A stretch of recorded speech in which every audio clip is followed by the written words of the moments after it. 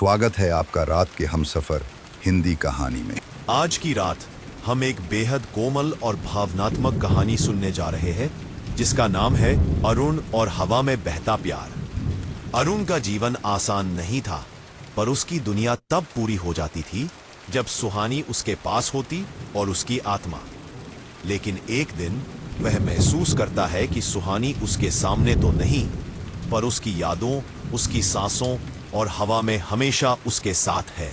ये सिर्फ एक कहानी नहीं, यह उन भावनाओं की याद है जो हमें सिखाती हैं कि सच्चा प्यार कभी खत्म नहीं होता, वह सिर्फ रूप बदलता है और हर पल हमारे साथ रहता है। जैसे जैसे आप इस कहानी में उतरेंगे, आपकी आंखें धीरे धीरे भारी होने लगेंगी, दिल में एक हल्की सी राहत और गर्माहट महसूस होगी और आपको लगेगा कि आप भी उस पहाड़ी पर अरुण के साथ बैठकर हवा में सुहानी की उपस्थिति महसूस कर रहे हैं। अगर ऐसी मीठी, भावनात्मक और सुकून देने वाली कहानियां आपको पसंद है तो चैनल को जरूर सब्सक्राइब कीजिए, क्योंकि यहां हर कहानी आपके दिल को छूकर आपको नई दुनिया में ले जाती है। और हाँ, बताइए जरा, आप किस शहर या गांव से इस कहानी को सुन रहे हैं और अभी आपकी घड़ी में क्या समय हो रहा है? आपके हर कमेंट और लाइक से मुझे एहसास होता है कि आप वहीं कहीं हैं, सुन रहे हैं और इस भावनात्मक यात्रा में मेरे साथ हैं। तो अब चलिए, रोशनी धीमी कर लीजिए, पंखे की हल्की सरसराहट को महसूस कीजिए और धीरे धीरे आंखें बंद कर लीजिए, क्योंकि अब हम चल पड़ते हैं उस पहाड़ी की ओर जहां अरुण बैठा है और हवा में बहते प्यार की कहानी धीरे धीरे आपके दिल तक पहुंचने वाली है। अरपुर के शांत, धीमे और आधे अधूरे से कस्बे के पीछे फैला हुआ वह ऊंचा टीला मानो किसी पुराने भूले हुए दर्द की तरह चुपचाप खड़ा था। न आवाज, न शिकायत, बस गहरी खामोशी और ऐसे अकेलेपन के साथ जिसे समझने के लिए इंसान को पहले खुद पूरी तरह टूटना पड़ता है। वह बस एक स्कूल में बच्चों को पढ़ाने वाला शांत, विनम्र और अपने भीतर अनकही कहानियों से भरा हुआ व्यक्ति था। लेकिन जितना वह बच्चों के सामने मुस्कुराता था, उतना ही वह टीले पर चढ़ते हुए टूटा हुआ दिखाई देता था। टीले तक पहुंचने वाला रास्ता कच्चा था, पत्थरों से भरा, घुमावदार और कभी कभी इतना शांत कि किसी को लगे जैसे हवा भी रोक कर सुने कि कौन आ रहा है। और अरुण रोज उसी रास्ते पर चलता था, धीरे, बिना जल्दबाजी, जैसे किसी अदृश्य हाथ ने उसे वहां बुलाया हो और वह मना ना कर पाता हो। उसकी चाल में न मजबूरी थी न थकान, बस एक ऐसा शांत समर्पण था जिसमें बहुत गहरी मजबूरी छिपी हुई थी। और जब वह टीले के सबसे ऊपरी हिस्से तक पहुंचता था तो हवा अचानक तेज हो जाती थी, मानो उसे पहचानती हो, उसे देख कुछ कहने की कोशिश करती हो। लेकिन अरुण की आंखें हवा की ओर नहीं, हमेशा एक ही दिशा में टिकती थी। वह पुराना कच्चा पत्थर जिस पर वह बैठता था और उसके सामने फैला हुआ विशाल, अनंत, धुंधला सा क्षितिज, जिसे देखकर ऐसा लगता था जैसे दुनिया भी कभी कभी थककर वहीं जाकर रुक गई हो। वह पत्थर उसका इंतजार करता था, जैसे किसी प्रिय के लौट आने की उम्मीद में दरवाजा खुला छोड़ दिया गया हो। और अरुण हर शाम उस पत्थर पर बैठकर धीरे से सांस छोड़ता था, जैसे पूरा दिन वह सिर्फ इसी पल के लिए खुद को रोककर संभाल कर रख रहा हो। और जब वह बैठता तो उसके चेहरे से लगता था कि कहीं भीतर एक दर्द है, ऐसा दर्द जो चुभता नहीं, बल्कि धीरे धीरे भीतर को खाली करता जाता है। और यह दर्द नया नहीं था, नहीं अचानक आया था। यह दर्द किसी स्मृति से जुड़ा हुआ था, किसी ऐसी याद से जो उसके जीवन की सबसे खूबसूरत चीज थी और सबसे गहरी चोट भी। और उस याद का नाम था अन्वी। अन्वी, जिसकी मौजूदगी अरुण की सांसों में बसी थी, जिसकी हंसी हवा में घुली रहती थी और जिसकी गैर मौजूदगी ने उसे ऐसा इंसान बना दिया था जो पूरे कस्बे के लिए शांत, संयमित, दयालु शिक्षक था, पर अपने भीतर एक गहरी, अंधेरी लेकिन बेहद कोमल चोट लिए हुए था। कोई नहीं जानता था कि अन्वी कौन थी, कैसे उसके जीवन में आई, कैसे चली गई और क्यों अरुण जैसे व्यक्ति के अंदर इतनी चुप्पी भर गई। लेकिन टीला जानता था, हवा जानती थी, आसमान जानता था क्योंकि इन्हीं के बीच तो अरुण ने वह सब कुछ जिया था जिसे उसने किसी इंसान को नहीं बताया था। स्कूल में उसके कमरे में पड़ी वह पुरानी फटी सी कॉपी भी उसी कहानी की एक अनजानी साक्षी थी, जिसके पहले पन्ने पर अन्वी की लिखाई में लिखा था, अगर कभी मैं ना रहूं तो टीले पर जाना, वही बैठना जहां हम बैठते थे, वहां हवा आज भी तुम्हें मेरे जैसा ही छुएगी। और यह वाक्य किसी भी व्यक्ति को पढ़कर बांध ले, लेकिन अरुण को यह वाक्य तोड़ देता था। वह अक्सर उस कॉपी को छूता भी नहीं था, जैसे उसे डर हो कि कहीं पन्नों के बीच से अन्वी की आवाज बाहर निकल आए और वह खुद संभल न पाए। लेकिन जब कोई चीज दर्द बनकर रह जाए तो उसे छिपाने से वह कम नहीं होती, सिर्फ भीतर और भीतर धंसती जाती है। और यही अरुण के साथ था। उसके भीतर का खालीपन इतना गहरा था कि उसकी आंखें अक्सर बिना वजह भीग जाती, पर वह रोता नहीं था, वह बस चुप हो जाता था। उसकी चुप्पी ही उसका रोना थी। गांव वाले उसे समझ नहीं पाते थे, लेकिन एक बूढ़ी अम्मा थी, गौहर अम्मा, जिन्होंने अरुण को बचपन से देखा था, और वे समझ जाती थी कि यह आदमी बाहर से चाहे जितना शांत लगे, भीतर वह हर पल किसी को पुकार रहा है, किसी को ढूंढ रहा है, किसी के लौट आने की असंभव उम्मीद में जी रहा है। एक दिन अम्मा ने हिम्मत करके पूछ लिया था, बेटा ये अन्वी कौन थी? और अरुण कुछ पल खामोश रहा था, फिर उसकी आंखें भर आई थी और उसने बस इतना कहा था, अम्मा वो कोई थी नहीं, वो मेरी पूरी दुनिया थी। और यह एक वाक्य शायद दुनिया का सबसे सरल, सबसे गहरा और सबसे टूट जाने वाला वाक्य था। अम्मा समझ गई थीं कि यह चोट बहुत पुरानी है, लेकिन इतनी मुलायम है कि आज भी ताजा लगती है। अरुण की कहानी कोई नाटकीय, तेज, ऊंची आवाजों वाली कहानी नहीं थी। वह बहुत धीमी, बहुत मुलायम, बहुत सच्ची थी। एक ऐसी कहानी जिसमें दो लोग थे, दो धड़कनें थीं, दो हाथ थे जो कभी अलग नहीं होने चाहिए थे। लेकिन जिंदगी कभी कभी सबसे गहरी मोहब्बत को भी तोड़ देती है। और जब जिंदगी तोड़ती है तो वह आवाज नहीं करती, वह बस चुप्पी छोड़ जाती है। और वही चुप्पी अरुण की जिंदगी बन चुकी थी। टीले पर बैठकर वह अक्सर हवा से बातें करता था, और हवा उसे ऐसे छूती थी जैसे कोई अदृश्य उंगली उसके चेहरे पर बालों को पीछे कर रही हो, उसके माथे पर अपना नरम स्पर्श रख रही हो, जैसे अन्वी किया करती थी। और इन पलों में अरुण के चेहरे पर एक ऐसी मुस्कान आ जाती थी जिसमें दर्द भी था और सुकून भी, जैसे किसी ने उसे याद दिला दिया हो कि प्यार भले चला जाए पर उसका एहसास कभी नहीं जाता। टीला अरुण के लिए सिर्फ एक जगह नहीं था, वह उसकी स्मृतियों का घर था, उसकी सांसों का सहारा था, उसकी नींद का एकमात्र सुकून था। वहां बैठकर कुछ सोचता नहीं था, बस याद करता था, यादों को महसूस करता था, और कभी कभी आंखें बंद करके हवा को चेहरे पर पड़ने देता था, जैसे वह हवा अन्वी का भेजा हुआ कोई अदृश्य संदेश हो। लोग अक्सर कहते थे पंडित अरुण अकेला रहता है, बहुत अकेला, लेकिन सच्चाई यह थी कि वह अकेला नहीं था, वह किसी की याद के साथ जी रहा था। और कभी कभी यादें इंसान को दुनिया के किसी भी रिश्ते से ज्यादा गहरी संदत दे देती है। रात जब टीले पर उतरती थी, अंधेरा धीरे धीरे आसपास फैलता था, तब भी अरुण वहां बैठा रहता था, जैसे अंधेरा भी उसे छूकर पूछ रहा हो, थक नहीं जाते तुम?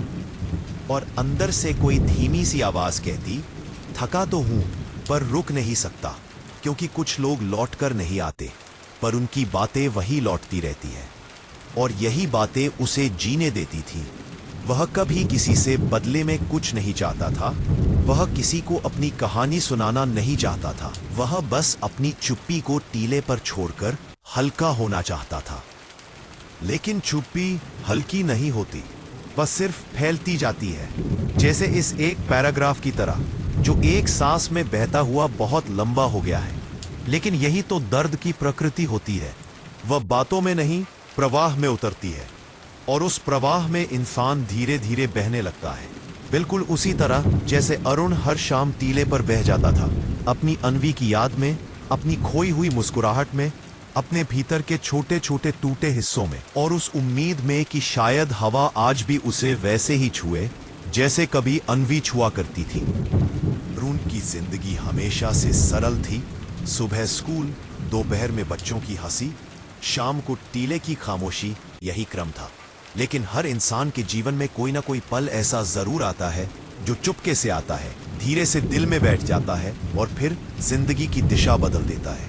और अरुण के लिए वह पल उस दिन आया था जब स्कूल में एडमिशन के लिए एक लड़की आई थी, अन्वी। वह ज्यादा बोलती नहीं थी, उसकी आंखों में कुछ अजीब सा डर था, जैसे दुनिया ने उसे बहुत कुछ दिखाया हो और अब वह बस शांति ढूंढ रही हो। अरुण पहली बार उससे मिला तो उसे लगा जैसे सामने कोई इंसान नहीं बल्कि एक बहुत थकी हुई हवा खड़ी हो, धीमी, टूटती हुई, पर इतनी सच्ची कि उसे देखकर मन में अपने आप नरमी उतर आए। वह एडमिशन फॉर्म भर रही थी, पर उसका हाथ कांप रहा था, जैसे उसके भीतर कोई उथल पुथल चल रही हो। और अरुण ने बिना कुछ सोचे उसके हाथ के पास कॉपी से दबा हुआ क्लिप निकालकर उसे दे दिया ताकि पन्ने उड़ ना जाए। यह एक बहुत छोटा सा इशारा था, लेकिन अन्वी ने उसे ऐसे देखा जैसे किसी ने उसके टूटे हुए हिस्सों पर मरहम रख दिया हो।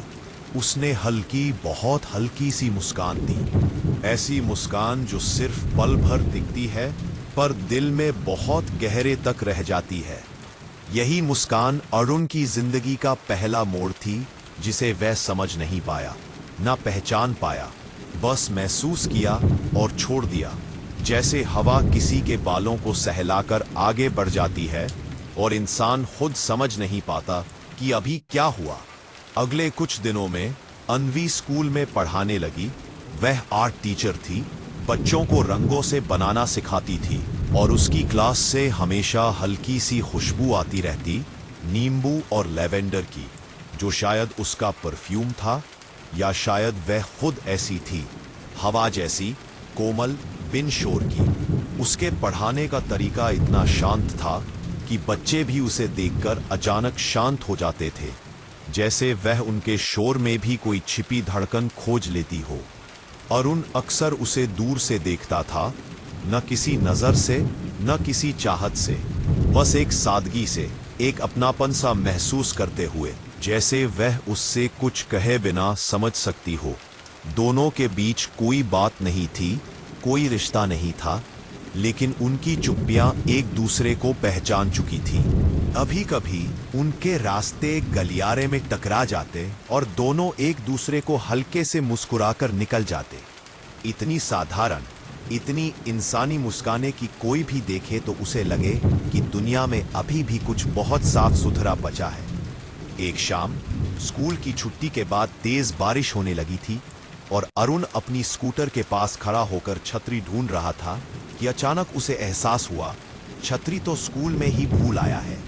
तभी अन्वी उसके पास खड़ी थी, उसके हाथ में अपनी छतरी थी और उसने सिर्फ इतना कहा, चलिए मैं छोड़ देती हूँ, बारिश आपको पसंद नहीं है ना? और अरुण चौंक गया। उसे कैसे पता कि बारिश उसे पसंद नहीं? उसने कभी बताया भी नहीं। शायद अन्वी के भीतर उस तरह की समझ थी जो सिर्फ देखने से नहीं आती, महसूस करने से आती है।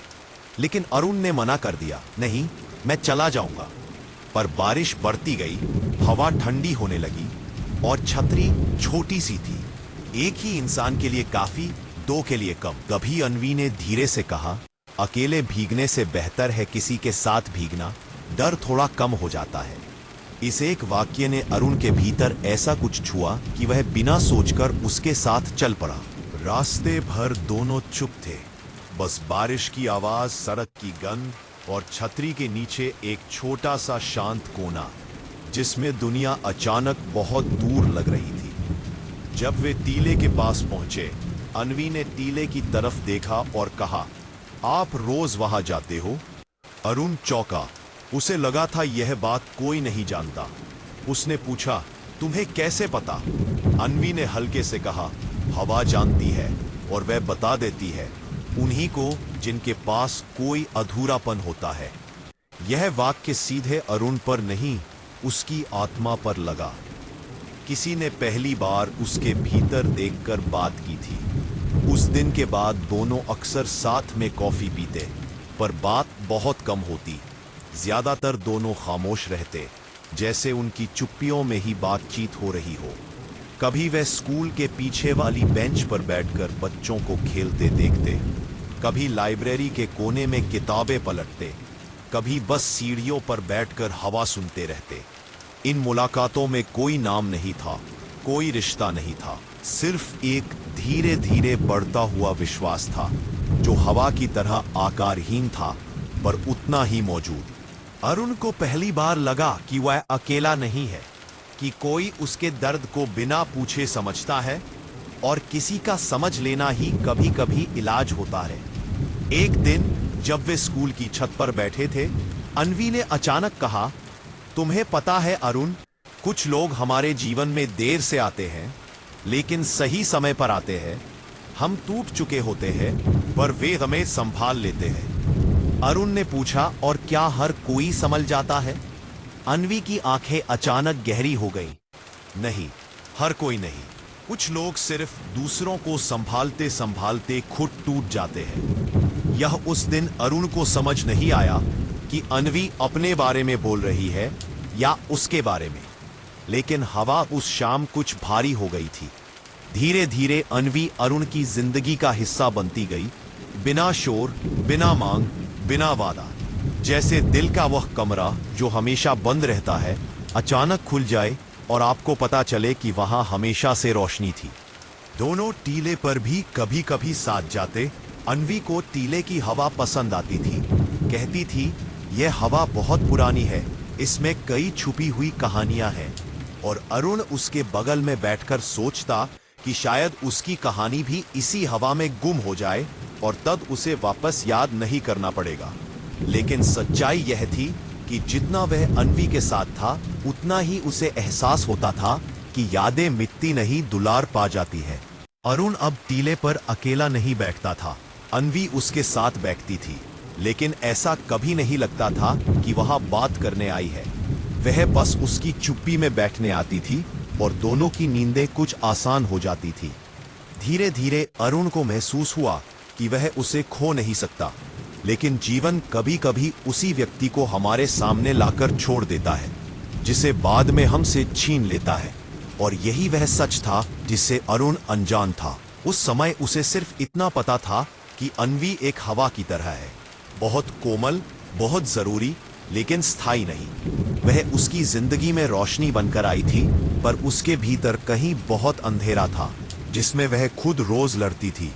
और यह लड़ाई आगे जाकर अरुण की दुनिया को पूरी तरह बदल देने वाली थी, पर उस समय दोनों को इसका अंदाजा भी नहीं था।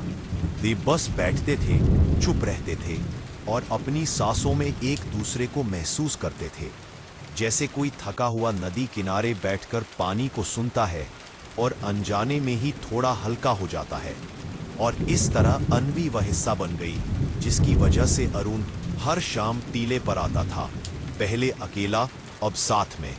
पहले दर्द के कारण, सुकून के लिए। और फिर एक दिन जब दोनों हवा को सुन रहे थे, अन्वी ने बिल्कुल धीमी आवाज में कहा, अरुण, अगर कभी मैं न रहूं तो यहाँ आना, हवा तुम्हें बताएगी कि मैं यही हूँ।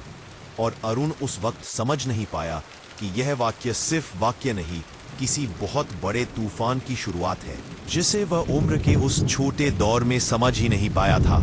लेकिन अब इतने वर्षों बाद उस पहाड़ी के किनारे खड़े होकर उसे लगता था कि माँ ने उन शब्दों में केवल अपना स्नेह नहीं, बल्कि एक ऐसा रहस्य छिपाया था जो उसकी पूरी जिंदगी को बदल देने वाला था। हवा धीरे धीरे पेड़ों की शाखों को हिला रही थी और उसके चेहरे को छूते हुए ऐसा एहसास करा रही थी जैसे कोई अदृश्य हाथ उसके बालों को सहला रहा हो। वही तरीका, वही नरमी, वही स्पर्श जो माँ अपने आखिरी दिनों में भी देती थी, जब अरुण उनके पास बैठकर उनका हाथ पकड़कर कहता था कि वह कहीं नहीं जाएगी। लेकिन माँ की आंखों में उस समय जो सन्नाटा था, वह आज भी अरुण के अंदर गूंजता है। और आज जब वह हवा उसे छूती है, उसे लगता है कि माँ की कही बात सिर्फ भावुकता नहीं थी, बल्कि एक संकेत था कि किसी दिन जब सब कुछ बिखर जाएगा, जब अपनी अपनी राहें सब लोग बदल लेंगे, जब घर की दीवारें भी उसका साथ नहीं देंगी, तब वही हवा उसे पुकारेगी और रास्ता दिखाएगी। और उनकी आंखें धुंधली हो रही थी। वह पगडंडी पर धीरे धीरे आगे बढ़ रहा था, उसके कदम अनजानी दिशा में जाते हुए भी अजीब सा भरोसा महसूस कर रहे थे, जैसे किसी का हाथ उसके कंधे पर हो, कोई उसे कह रहा हो, चल बेटा, डरो मत, सब ठीक हो जाएगा। और वह समझ नहीं पा रहा था कि यह भावना उसके दिमाग की बनाई हुई है या वास्तव में कोई अदृश्य शक्ति उसके आसपास थी। बचपन में उसकी माँ उसे इसी पहाड़ी पर लाती थी, जहाँ से धूप पेड़ों के बीच से छनकर आती थी और हवा पत्तों को ऐसे नचाती थी जैसे कोई अदृश्य नर्तकी अपनी गति दिखा रही हो, और वह छोटी छोटी बातों पर हंसता था। माँ के आंचल से खेलते हुए उन्हें परेशान करता था, लेकिन माँ हर बार मुस्कुराकर कहती थी कि एक दिन तू समझेगा कि हवा केवल हवा नहीं बल्कि समय है, नजर न आने वाला पर हमेशा साथ चलने वाला। और अगर किसी दिन मैं चली जाऊं तो हवा को पकड़कर रखना, वह तुझे मेरे पास ले आएगी। और आज उन शब्दों के इतने साल बाद वही बचपन की जगह, वही रास्ते, वही झाड़ियां, वही सूखे पत्ते और वही हवा जैसे माँ की आवाज लेकर आई हो। अरुण के अंदर दबी हुई यादें अचानक जागने लगी। वह बहुत कोशिश कर रहा था कि रोए नहीं, लेकिन हवा की एक तीखी लहर उसके चेहरे से टकराई तो उसके भीतर कुछ टूट गया, जैसे किसी ने उसकी आत्मा को छू कर कहा हो, मैं यहां। अरुण के कदम रुक गए, उसकी सांसें तेज हो गईं, दिल धड़कने लगा और वह चारों ओर देखने लगा कि कहीं कोई दिख जाए, कोई आवाज सुनाई दे, कोई आहट, कोई सांत्वना। पर वहां कुछ नहीं था, बस हवा थी जो लगातार उसके चारों ओर घूमती जा रही थी। और वह जितना आगे बढ़ता जा रहा था, हवा उतनी ही तेज होती जा रही थी, मानो उसे दिशा दे रही हो, मानो उसे किसी ऐसी जगह ले जाना चाहती हो जहां उसकी मां का रहस्य छिपा हो, जहां उन शब्दों का अर्थ दफन हो, अगर मैं न रहूं तो यहां आना। अचानक अरुण को लगा कि पेड़ों के बीच कोई परछाई हिल रही है, जैसे सफेद कपड़े पहने कोई महिला दूर खड़ी हो, और उसका दिल अचानक धक से रह गया। वह एक पल के लिए ठिठक गया।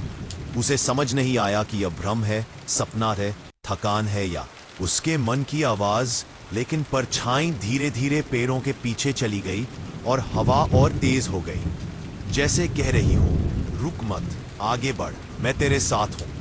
और अरुण कदम दर कदम उस दिशा में चलता गया जहां उसे लगा उसकी मां की खुशबू फैल रही है।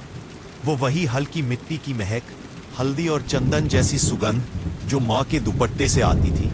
और अरुण को यकीन हो गया कि इस हवा में सिर्फ हवा नहीं है, इसमें मां की यादें हैं, उनकी छाप है, उनकी सांसें हैं, शायद उनका अधूरा सपना है।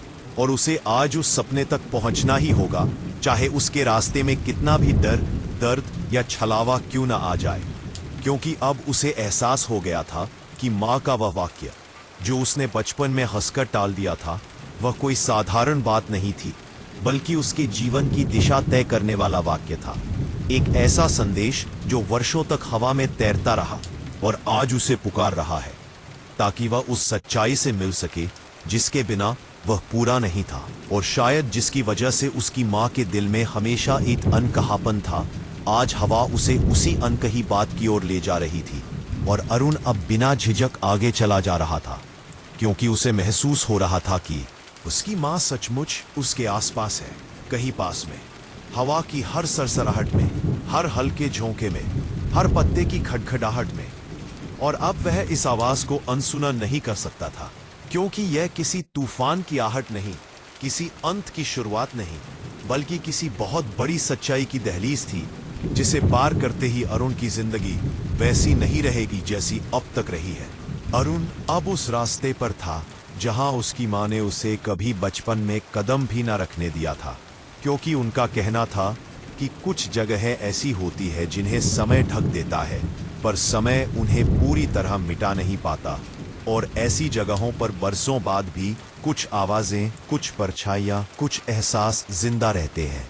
आज अरुण उन्हीं जगहों के बीच चल रहा था, और हवा लगातार उसके आसपास कुछ कहती जा रही थी, जैसे कोई अधूरी कहानी उसके कानों में फुसफुसा रही हो, जैसे कोई याद अपनी जड़ों को फिर से जगा रही हो, और जैसे हर कदम के नीचे की मिट्टी उसके अतीत से बात करने लगी हो।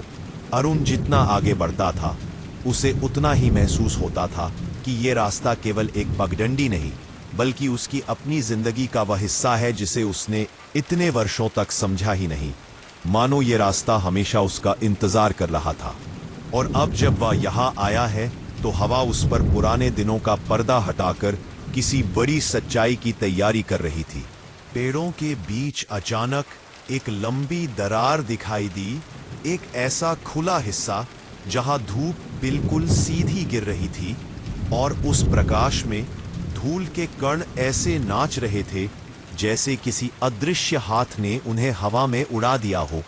और अरुण को लगा जैसे ये वही स्थान है जहां उसकी माँ उसे कभी कभी कहानियां सुनाती थी, लेकिन वह हमेशा यह कहकर यहीं से वापस लौट जाती थी, इससे आगे नहीं अरुण, कुछ रास्ते उस दिन के लिए छोड़ दे जिस दिन तू सच में बड़ा हो जाएगा। और आज इतने सालों बाद वह उसी रास्ते पर खड़ा था जिसे माँ ने उससे छिपाया था। उसने धीरे धीरे कदम बढ़ाए और धूप की उस पट्टी के भीतर पहुंचा जहां अचानक सब कुछ शांत हो गया, इतनी गहरी शांति कि उसे अपने दिल की धड़कन तक सुनाई देने लगी। और फिर धीरे धीरे उसे महसूस हुआ कि हवा गायब हो रही है, जैसा उसकी माँ कहा करती थी, जब हवा रुकेगी समझ जाना कि तुम किसी सच के बिल्कुल करीब हो। अरुण ने सांस रोकी और आसपास देखने लगा। सामने एक पुराना आधा टूटा बरगद का पेड़ था जिसकी जड़ें बाहर निकलकर मिट्टी पर सांपों की तरह फैली हुई थीं। और उसी पेड़ के नीचे कोई चीज हल्की हल्की चमक रही थी। किसी ने वहां कुछ बहुत पुराना दबाया हो और अब सूरज की एक किरण उसे छू कर जगाने की कोशिश कर रही हो। अरुण आगे बढ़ा, उसके कदम कांप रहे थे। उसे समझ नहीं आ रहा था कि यह सिर्फ संयोग है या इस सब के पीछे कोई इशारा है। उसने हाथ बढ़ाया और मिट्टी को हल्के से हटाया, पर तभी हवा का एक जोरदार झोंका अचानक वापस आया, इतना तेज जैसे किसी ने उसके हाथ को खींचकर पीछे करने की कोशिश की हो। जैसे कोई कह रहा हो, अभी नहीं, धीरे। अरुण घबरा गया, पर हवा के इस अचानक बदलाव में भी उसे माँ के स्पर्श जैसी गर्माहट महसूस हुई, जिससे उसे लगा कि यह डराने वाली चेतावनी नहीं, बल्कि सावधान करके आगे बढ़ाने वाली चेतावनी है। उसने गहरी सांस ली और फिर धीरे धीरे मिट्टी को हटाना शुरू किया, और कुछ ही पलों बाद उसे एक छोटी सी धातु की डिबिया मिली, बहुत पुरानी, काली पड़ी हुई, किनारों से टूटी फूटी, जैसे किसी ने उसे जल्दबाजी में यहाँ दफनाया हो। अरुण की सांसें रुक गई, उसकी उंगलियां कांपने लगी। वह डिबिया हाथ में लेते ही समझ गया कि यह कोई साधारण चीज नहीं है। इसमें कुछ ऐसा है जो वर्षों तक जमीन के भीतर सोया रहा है और आज किसी गहरी वजह से उसी के हाथों में आया है। उसने धीरे धीरे ढक्कन खोलने की कोशिश की, पर ढक्कन जंग खाकर जैसे बंद हो गया था। और तभी हवा फिर उसके चारों ओर घूमने लगी, धीमी, नरम, जैसे किसी माँ की बाहों का एहसास, जैसे कोई उसे अपने ऊपर विश्वास बनाए रखने के लिए सहला रहा हो। इस हवा में उसे वही सुगंध महसूस हुई, हल्दी की, चंदन की और उस पुराने तेल की महक जिसे उसकी माँ बालों में लगाती थी। यह महक उसके दिल को चीरकर उस खालीपन को भर रही थी जो उसकी माँ के जाने के बाद कभी नहीं भर सका। अरुण की आंखें नम हो गई। उसने कांपते हाथों से डिब्बिया का ढक्कन खोला और जैसे ही वह खुला, उसके भीतर से एक मुड़ी तुड़ी पुरानी चिट्ठी निकलकर उसके पैरों पर गिर गई। चिट्ठी पर वही हस्ताक्षर थे, वही लिखावट, वही मोड़, वही इंक का पुराना दाग जो उसकी माँ इस्तेमाल करती थी। अरुण का दिल जैसे रुक गया। दुनिया अचानक ठहर गई, हवा थम गई, पेड़ स्थिर हो गए और उसके आसपास का वातावरण जैसे कह रहा था, सुन, ये वही है जो तू खोज रहा था। अरुण ने कांपते हाथों से वह चिट्ठी उठाई। आंखें धुंधली थीं, पर उसकी आत्मा साफ सुन सकती थी कि यह चिट्ठी सिर्फ एक कागज नहीं, उसके अतीत और वर्तमान की कड़ी थी, और शायद उसके भविष्य की भी। उसने धीरे धीरे चिट्ठी खोली और पहला शब्द पढ़ते ही उसके पैरों तले जमीन खिसक गई, क्योंकि चिट्ठी की शुरुआत ही ऐसे शब्दों से होती थी जिन्हें पढ़ते ही उसका दिल भर आया। अरुण, मेरे सबसे प्यारे बच्चे, अगर ये चिट्ठी तेरे हाथ में आ गई है तो समझना वह दिन आ चुका है जब तू वह बात जानने चला है जिसे मैंने तुझसे हमेशा छिपा कर रखा। बस इतना पढ़ते ही अरुण का शरीर सिहर गया। उसकी सांसें भारी हो गईं। आंखों के सामने मां का चेहरा घूमने लगा और उसे एहसास हो गया कि वह जिस सच के पास आ गया है वह शायद इतना बड़ा है कि उसकी बाकी जिंदगी उसे बदल कर रख देगी। और उसी वाक्य के बाद जैसे जिंदगी ने अपना रुख बदल लिया। अरुण कई दिनों तक यह समझ ही नहीं पाया कि सुहानी के शब्दों के पीछे ऐसा कौन सा दर्द छिपा था जिसे वह उस समय पढ़ भी नहीं सका, महसूस भी नहीं कर पाया। बस इतना जान पाया कि उसके जाने के बाद हवा की वह धीमी धीमी सरसराहट, पत्तों की वह हल्की सी खनक, मंदिर की घंटी की वह दूर से आती गूंज, सब कुछ जैसे एक दबी हुई पुकार की तरह उसके भीतर उतरने लगी थी। पर फिर भी वह खुद से यही कहता रहा कि शायद वह ज्यादा सोच रहा है। लेकिन सच तो यह था कि उस रात के बाद से सुहानी बदल गई थी। उसकी हंसी जिसे देखकर पूरा गांव मुस्कुरा देता था, अब थोड़ी थकी हुई लगने लगी थी। उसकी आंखों की चमक जैसे किसी अदृश्य धुंध में खोने लगी थी। और हर बार जब अरुण उसके चेहरे को देखने की कोशिश करता, सुहानी नजरें चुरा लेती, जैसे वह उसके सवालों में खुद को फंसे हुए देख रही हो और जवाब देने से डरती हो। दिन बीते गए, लेकिन अरुण का मन शांत नहीं हुआ। वह बार बार उस मंदिर के पीछे वाली पहाड़ी पर जाता जहां वे दोनों शाम के समय बैठकर हवा का मजा लेते थे, और उसे लगता कि शायद आज सुहानी उसे कुछ बताएगी, कुछ कहेगी, या शायद वह खुद उसकी हालत समझ जाएगा। पर नहीं, सुहानी हर बार मुस्कुराकर बात बदल देती। और फिर एक दिन ठीक वही हुआ जिसका डर सुहानी की आंखों में कई दिनों से साफ दिखाई दे रहा था। वह अचानक बिना बताए, बिना कोई संदेश छोड़े, बिना कुछ कहे गायब हो गई। अरुण ने पूरा इलाका छान मारा, मंदिर, नदी किनारा, वह पुराना बरगद, स्कूल, गांव के रास्ते, हर जगह तलाश की, लेकिन कहीं कोई निशान नहीं। जैसे हवा उसकी उपस्थिति को छूकर निकल गई हो, पर उसे पकड़ने नहीं दे रही हो। उसी रात पहली बार अरुण को उसकी कही बात याद आई, अगर कभी मैं न रहूं तो यहां आना, हवा तुम्हें बताएगी कि मैं यही हूं। और वह दौड़ता हुआ पहाड़ी पर पहुंचा, सांसें तेज, आंखें नम, सीने में एक अनजाना डर। और जैसे ही वह वहां पहुंचा, हवा अचानक तेज हो उठी, जैसे देवताओं ने किसी अनकहे दुख को खुलकर रोने की अनुमति दे दी हो। अरुण को लगा जैसे हवा उसके कानों में कुछ फुसफुसा रही है, बहुत धीमी, बहुत दूर की आवाज, जैसे सुहानी उसे पुकार रही हो, पर किसी और दुनिया से। उस रात अरुण ने महसूस किया कि उसकी अनुपस्थिति सिर्फ शारीरिक नहीं थी, उसके भीतर भी कुछ गहरा टूट गया था, कुछ ऐसा जो वह शब्दों में कभी बयां नहीं कर पाएगा। वह पत्थर पर बैठ गया, वही पत्थर जहां सुहानी अपना दुपट्टा रखकर बाल संवारती थी, वही पत्थर जहां वह अक्सर कहती थी, काश जिंदगी भी इतनी आसान होती जितनी यह हवा। और अरुण को उस वक्त लगा कि शायद वह सच में जिंदगी से हार चुकी थी। शायद वह इतने दिनों से किसी ऐसे दर्द से लड़ रही थी जिसे वह किसी से कह नहीं पा रही थी। और जैसे जैसे रात गहराती गई, पहाड़ी के ऊपर चांद की ठंडी रोशनी में अरुण को लगा कि सुहानी कहीं आसपास ही बैठी है। उसकी वही धीमी हंसी, वही सरसराती सांसें, वही गहरी आंखें, लेकिन वह छू नहीं सका, पकड़ नहीं सका। वह सिर्फ हवा बन चुकी थी।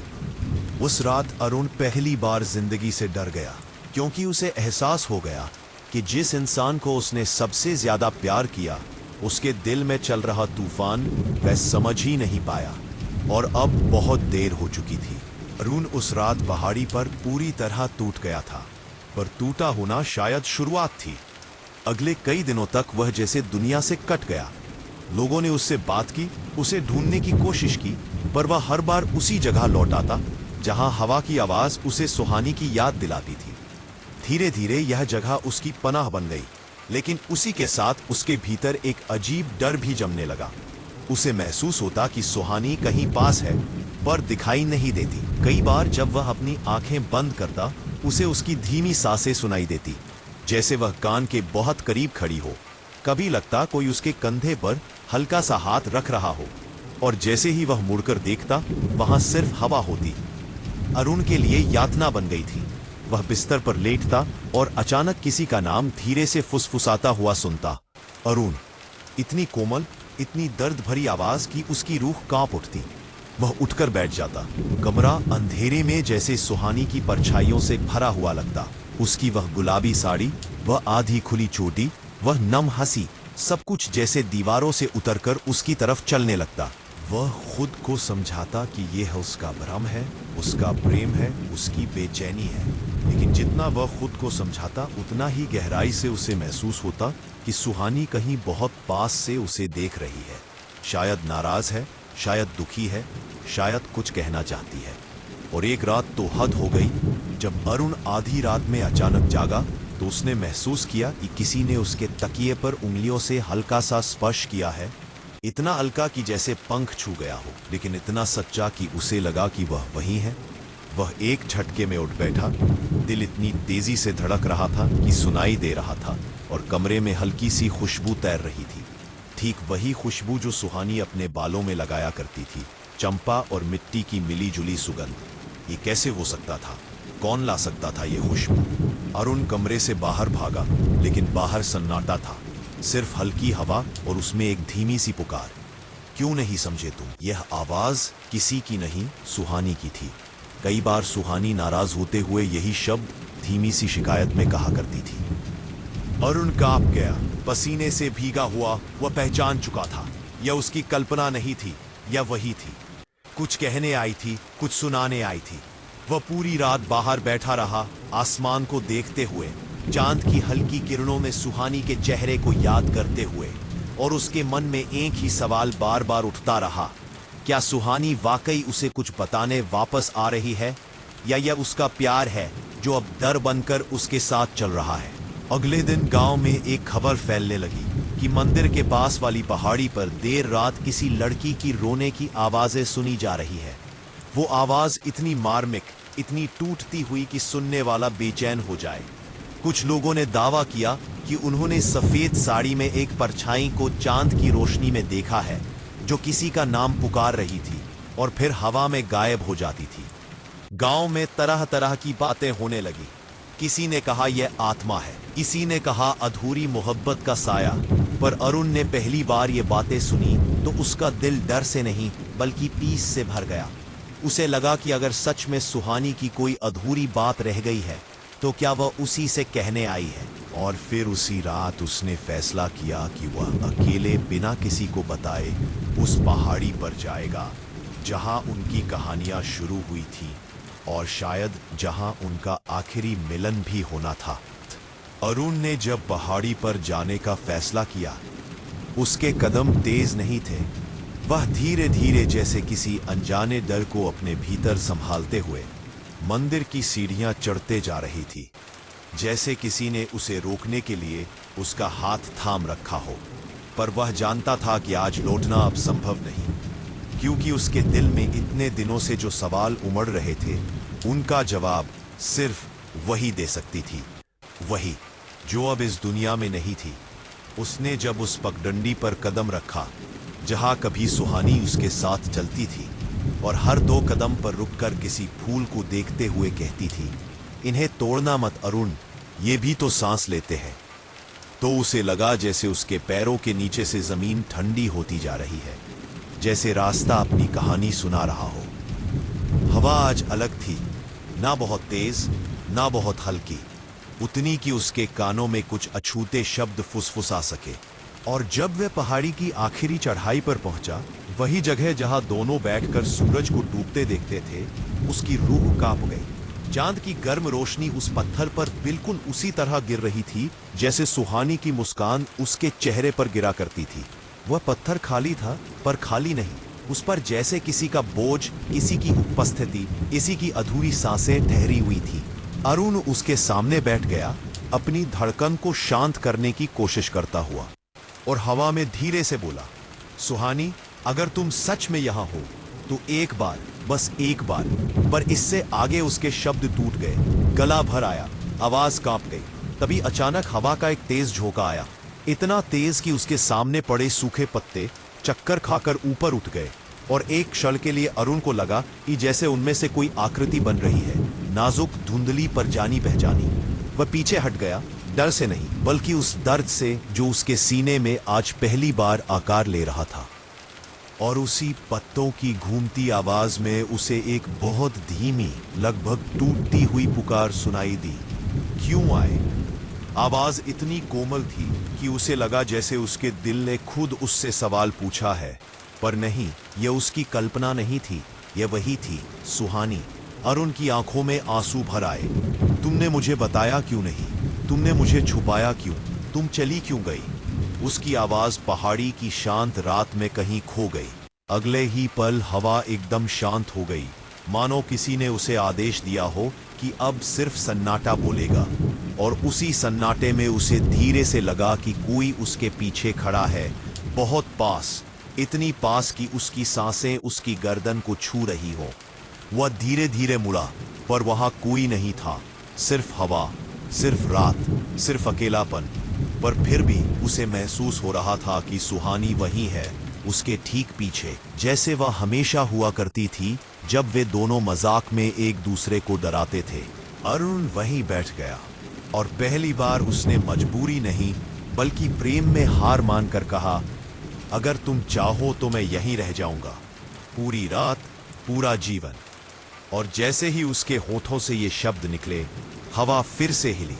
इस बार ठंडी नहीं बल्कि थोड़ी गर्म, जैसे किसी ने उसके चेहरे को अपने हथेलियों से ढक लिया हो, जैसे किसी ने उसकी आंखों से बहते आंसुओं को पोंछने की कोशिश की हो। अरुण ने बिना किसी डर के, बिना किसी संदेह के आंखें बंद कर ली और उसी क्षण वह महसूस कर सका कि सुहानी की उपस्थिति, उसका दर्द, उसकी अधूरी कहानी, सब कुछ वही उसके सामने है, बस वह देख नहीं पा रहा। उसे एक अजीब एहसास हुआ, जैसे सुहानी उससे कुछ कहना चाहती है, कोई राज, कोई खाब, कोई डर जो उसने जिंदगी में कभी नहीं बताया। और तभी हवा की फुसफुसाहट में एक टूटती हुई आवाज गूंजी, अरुण, मुझे माफ कर देना, मैं तुम्हें छोड़कर नहीं जाना चाहती थी, पर मेरे पास समय नहीं था। अरुण की सांसें रुक गईं। समय नहीं था? इसका क्या मतलब? क्या वह जानती थी कि उसके पास जीवन कम है? क्या वह किसी बीमारी, किसी दर्द, किसी ऐसी लड़ाई से लड़ रही थी जिसे उसने कभी उसके साथ साझा नहीं किया? उसके मन में हजारों सवाल उठे, पर उसकी सोच पर किसी टूटे हुए स्वर ने विराम लगा दिया। मैंने तुम्हें इसलिए दूर नहीं किया क्योंकि मैं बदल रही थी। नहीं अरुण, मैं खत्म हो रही थी। और उन शब्दों ने उसकी आत्मा को ऐसे काटा जैसे किसी ने अंदर से सब कुछ छीन लिया हो। वह समझ गया था, सुहानी इससे पहले ही बहुत दूर जा चुकी थी और वह उसके सामने बैठा हुआ अब सिर्फ उसकी हवा बन चुकी परछाई से बात कर रहा था। उस परछाई से जिसे वो कभी गले लगा नहीं पाएगा, जिसे वो कभी रोक नहीं पाएगा, जिसे वो सिर्फ याद कर सकता है और हवा में तलाश सकता है। अरुण उस आवाज को सुनकर पत्थर की तरह ठिठक गया। उसकी आंखें फैल गईं, दिल जैसे किसी ने मुट्ठी में कसकर पकड़ लिया हो, और हवा में तैरते उस दर्द ने उसके अंदर के सारे सवालों को एक ही पल में जगा दिया। खत्म हो रही थी मतलब क्या सुहानी? तुमने मुझसे कहा क्यों नहीं? मुझे अकेला क्यों छोड़ दिया? लेकिन जितना वह बोलना चाहता था उतना ही उसकी आवाज फूटती जा रही थी। वह कांपते हुए खड़ा हुआ, आसमान की ओर देखते हुए, जैसे वह वहीं खड़ी हो और उसे हर शब्द सुन रही हो। और तभी हवा एक बार फिर हिली, इस बार इतनी धीमी कि वह किसी हल्की सी सिसकी की तरह महसूस हुई। मैं तुम्हें बताना चाहती थी, हर दिन बताना चाहती थी, पर तुम्हारी आंखों की मासूमियत देखकर टूट जाती थी। तुम में एक ऐसा सुकून था अरुण कि मैं चाहकर भी अपना अंधेरा तुम पर नहीं फेंक पाती थी। अरुण को सांस लेना मुश्किल हो गया। वह समझ गया कि सुहानी सिर्फ अपने दर्द से नहीं लड़ रही थी, वह उसे बचा रही थी, उससे छुपा रही थी, और इसीलिए वह खुद को उसकी जिंदगी से धीरे धीरे मिटाने लगी थी। वह वहीं घुटनों के बल बैठ गया, मिट्टी उसकी उंगलियों में भरती गई और रात की ठंडी हवा उसके आंसुओं को सूखने भी नहीं दे रही थी। कौन सा अंधेरा था तुम्हारे पास? क्या चीज तुम्हें हमसे, मुझसे दूर ले जा रही थी? अरुण ने कांपते हुए पूछा, जवाब की उम्मीद करते हुए, पर डरते हुए भी, क्योंकि उसे लग रहा था कि सच उसकी दुनिया को पूरी तरह चूर कर देगा। और सच में हवा कुछ क्षणों के लिए बिल्कुल थम गई, इतनी शांत कि जैसे दुनिया रुक गई हो। और फिर उसी शांत हवा में एक टूटती हुई बेहद कमजोर आवाज आई। मैं तुम्हें बोझ नहीं बनना चाहती थी। मैं तुम्हारी जिंदगी की वो वजह नहीं बनना चाहती थी जिसके कारण तुम्हें दर्द मिले। डॉक्टरों ने कहा था कि मुझ में हर दिन कम होती सांसें कभी भी पूरी तरह थम सकती है। अरुण का दिल धड़कना भूल गया। डॉक्टर, क्या?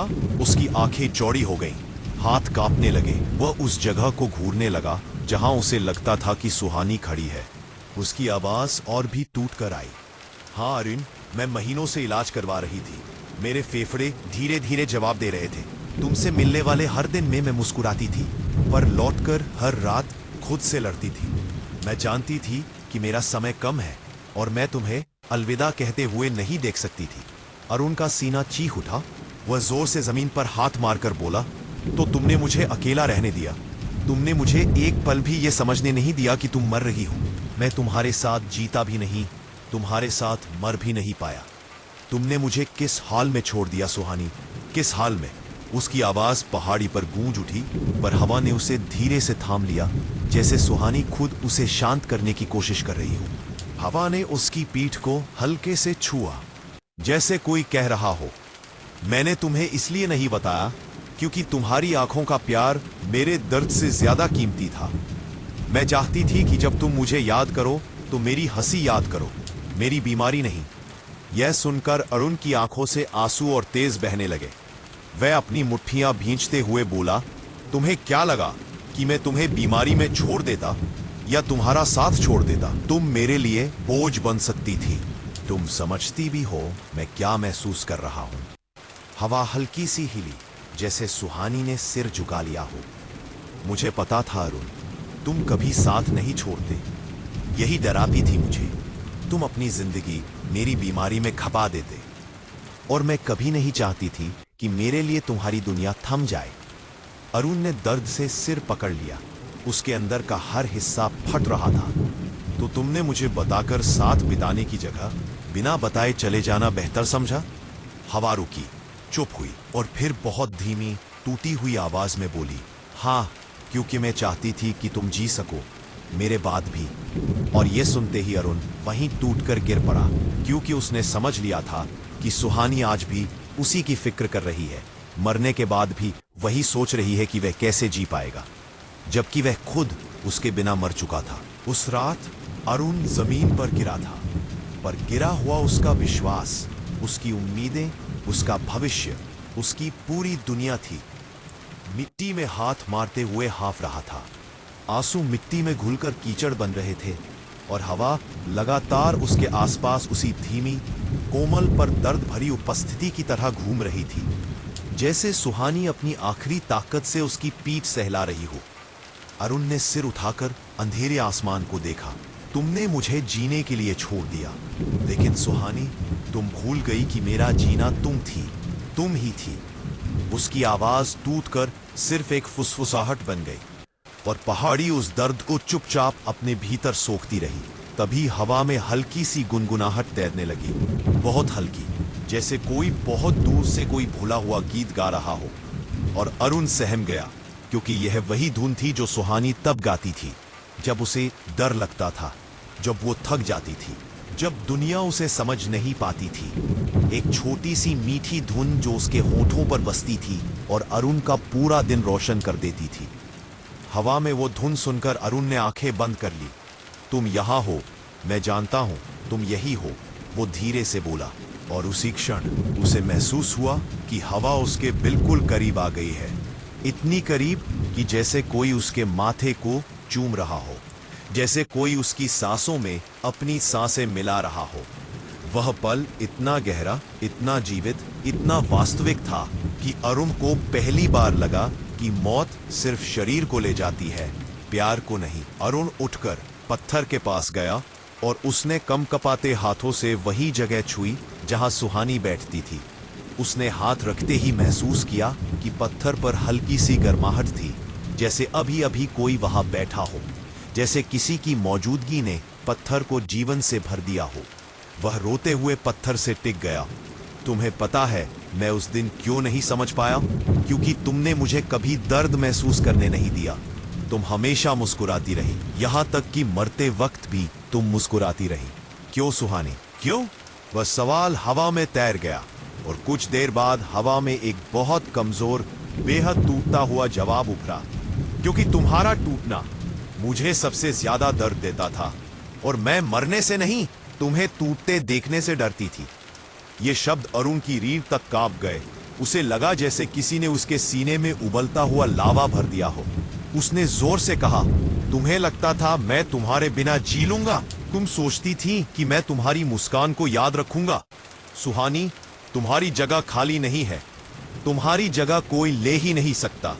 तुमने मुझे आधा छोड़ दिया है और मैं आधा हूं। हवा अचानक तेज हुई, जैसे सुहानी ने पहली बार गुस्से में ना कहा हो। उसकी आवाज कड़क नहीं पर दृढ़ थी। अरुण, तुम्हें मेरे लिए नहीं, अपने लिए जीना होगा। अगर तुम रुक गए तो मेरा जाना बेकार हो जाएगा। अरुण ने आंसू पोंछते हुए कहा, मेरे लिए जीना? मेरे पास क्या बचा है? हवा कुछ क्षण खामोश रही, फिर बहुत हल्के, लगभग दुआ की तरह शब्दों में बोली, मैं नहीं हूं, लेकिन मेरा प्यार है, मेरा स्पर्श है, मेरी हंसी है।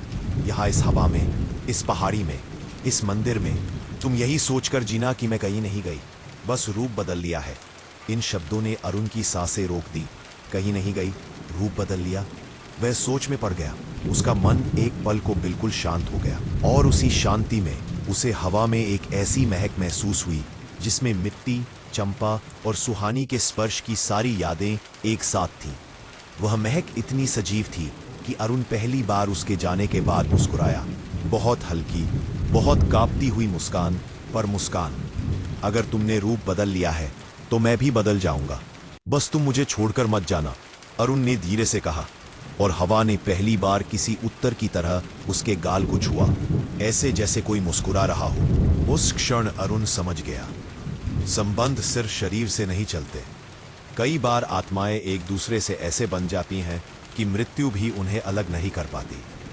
और सुहानी अब हवा बनकर उसके साथ थी, हमेशा, हर सांस में, हर धड़कन में, हर कदम में। और वह उसी पहाड़ी पर खड़ा था, प्यार के सबसे गहरे सच के सामने। वह सच जो उसे हर दिन, हर रात फिर से जीना सिखाने वाला था। अरुण पहाड़ी पर खड़ा रहा, हवा में सुहानी की मौजूदगी को महसूस करते हुए, जैसे हर पत्ते की सरसराहट, हर पत्थर की ठंडक, हर चांद की रोशनी उसी की मुस्कान और उसकी सांसों का हिस्सा बन गई हो। वो पहली बार ऐसा महसूस कर रहा था कि किसी का अस्तित्व सिर्फ शरीर तक ही सीमित नहीं होता।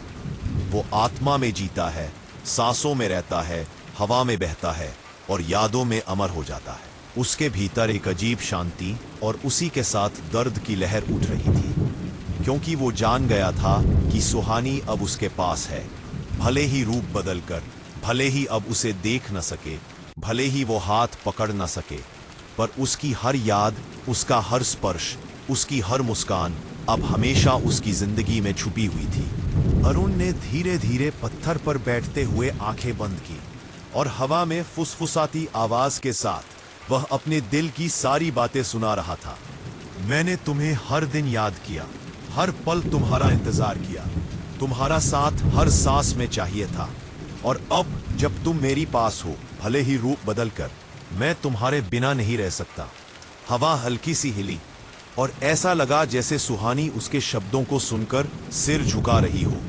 उसकी उपस्थिति के साथ, उसके दर्द के साथ, उसकी मजबूरी के साथ अरुण ने अपने हाथ फैलाए, जैसे हवा में उसे पकड़ना चाहता हो, उसे महसूस करना चाहता हो। और उसी पल उसे ऐसा एहसास हुआ कि वह वास्तव में सुहानी को पकड़ रहा है। उसके हाथ नहीं, पर उसकी आत्मा, उसकी मौजूदगी, उसकी यादें, और अब उसके भीतर की हर खाली जगह भर रही थी। रात की ठंडी हवा उसके गाल को छू रही थी, आंसुओं के साथ मिलकर उसके दिल को पिघला रही थी। और वह पहली बार समझ पाया कि प्यार सिर्फ साथ होने में नहीं, देख पाने में नहीं, स्पर्श करने में नहीं होता। यह तो आत्मा में, यादों में, हवा में और सबसे गहरे अंदर उस खालीपन को भरने में होता है जो किसी के चले जाने पर बचता रहे। अरुण ने धीरे से कहा, अगर तुम सच में यही हो, अगर तुम्हारा प्यार मेरे साथ है, तो मैं पूरी जिंदगी जीने का वादा करता हूं। भले ही तुम्हें देख न पाऊं, भले ही तुम्हें छू न पाऊं, भले ही तुम्हें अपने सामने महसूस न कर पाऊं, पर तुम्हारे बिना मैं भी अधूरा हूं और तुम्हारे साथ मैं पूरा हूं। हवा ने जैसे उसकी बात को स्वीकार किया, हल्की हंसी की तरह फुसफुसाती हुई उसकी सारी पीड़ा और अकेलापन, उसका हर सवाल, हर दर्द धीरे धीरे उड़ते हुए हवा में मिल गया। और अरुण ने पहली बार अपने पूरे अस्तित्व से महसूस किया कि वह अकेला नहीं था, वह सुहानी के साथ था। अब सिर्फ भूतपूर्व रूप में नहीं, बल्कि उसके भीतर, उसके आसपास, उसकी हर सांस में, हर धड़कन में।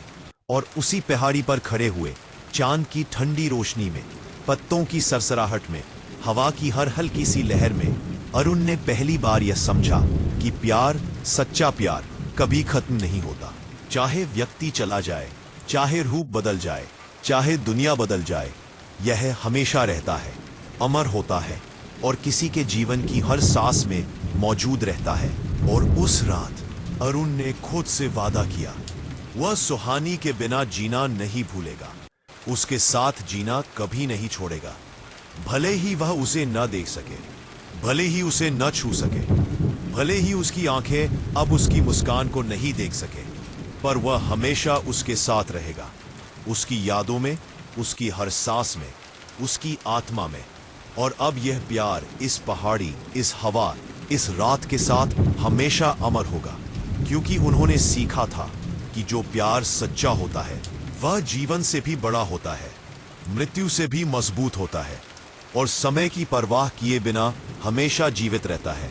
और अरुण वहीं बैठा रहा, आंसुओं में भीगा, पर मन की गहराई में मुस्कुराता हुआ, क्योंकि वह जान गया था कि सुहानी अब हमेशा उसके साथ है, न दिखने में, न छूने में, पर हर जगह, हर पल, हर सांस में, हर धड़कन में, हमेशा। जैसे सुहानी उसके चारों ओर मौजूद हो, उसकी सांसों में, उसकी यादों में, उसकी हर धड़कन में। उस रात उसे पहली बार यह एहसास हुआ कि प्यार वास्तव में किसी रूप या समय से बंधा नहीं होता।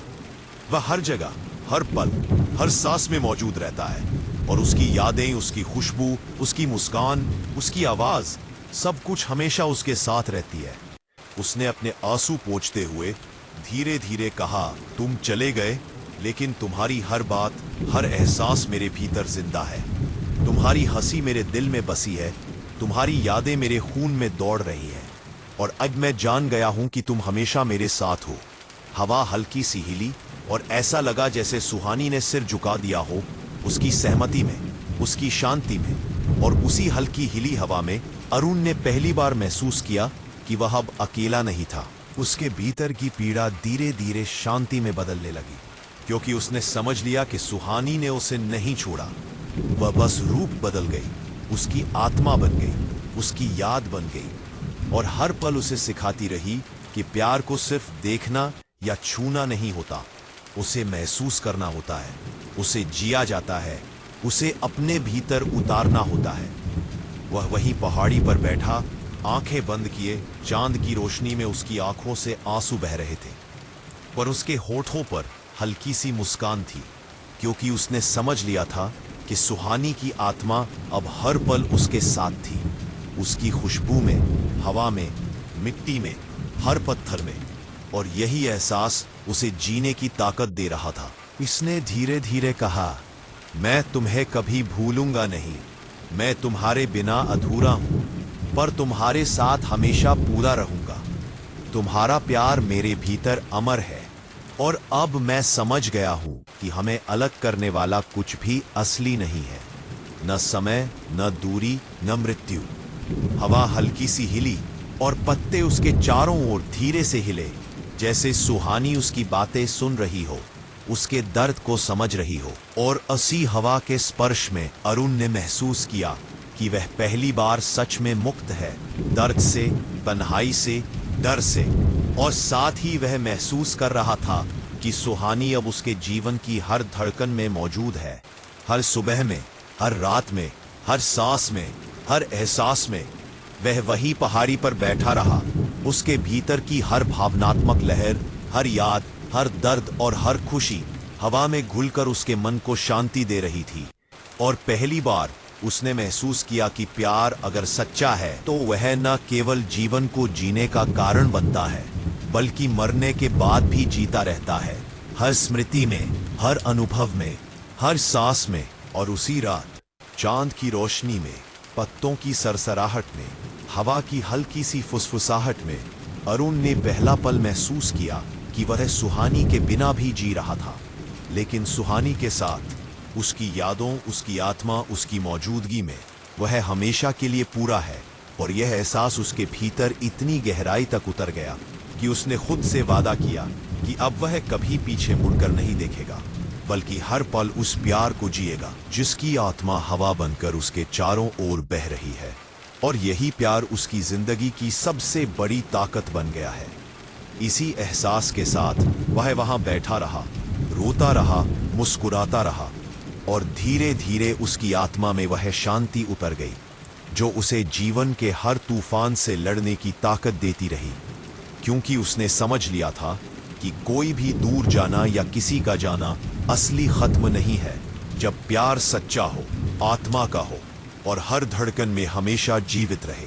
और उस रात पहाड़ी की चोटी पर बैठे हुए जब चांद अपनी फीकी रोशनी से धरती को ढक रहा था और हवा सुहानी की तरह उसके बालों को छूकर गुजर रही थी, अरुण ने पहली बार महसूस किया कि जिस प्यार को वह खो चुका समझ रहा था, दरअसल वह प्यार कहीं गया ही नहीं था। वह तो उसी के भीतर बसेरा किए बैठा था, उसकी रगों में धड़क रहा था, उसकी जिंदगी को धीरे धीरे संभाल रहा था। उसे एहसास हुआ कि इंसान सिर्फ शरीर के जाने से नहीं टूटता, बल्कि तब टूटता है जब वह खुद को प्यार के बिना खाली मान ले। और आज सुहानी ने उसे यह सिखा दिया था कि प्यार अमर है। वह हवा भी बनता है, रोशनी भी, याद भी, और कभी कभी वहीं आंसू बनकर आंखों से गिरता है जो दिल को हल्का कर देते हैं। अरुण ने आखिरी बार आसमान की ओर देखा, धीरे से अपनी आंखें बंद की और फुसफुसाया, सुहानी, मैं जीऊंगा क्योंकि तुम मेरे साथ हो, हर कदम पर। और उसी पल हवा ने उसके चारों ओर एक पूरा आसरा सा घेरा बना लिया, जैसे दुनिया ने उसे बाहों में भर लिया हो, जैसे ब्रह्मांड ने कह दिया हो, हाँ, वह तुम्हारे साथ है। और वह उठ खड़ा हुआ, कमजोर नहीं, टूटा नहीं, बल्कि किसी नदी की तरह शांत, किसी पुराने दीपक की तरह स्थिर।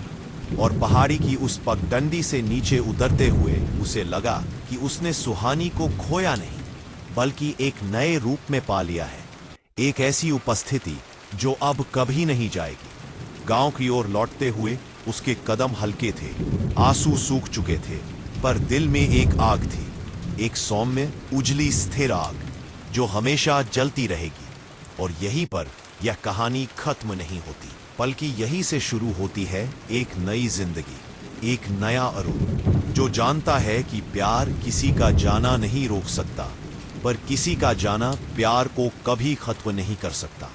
और इस तरह हवा की सरसराहट, चांद की रोशनी और पहाड़ की खामोशी में वह पुरानी कहानी, पुराना दर्द, पुराना विछोह अपना अंतिम अध्याय पूरा कर लेता है। और एक शांत, गहरा, पूर्ण अंत के साथ यह कथा यही समाप्त होती है, जहां अरुण अकेला नहीं, बल्कि एक अनदेखे, अनसुने, मगर सदा साथ रहने वाले प्यार के सहारे आगे बढ़ता है। और सुहानी, वह अपने वादे के अनुसार हवा बनकर हमेशा उसके साथ चलती रहती है।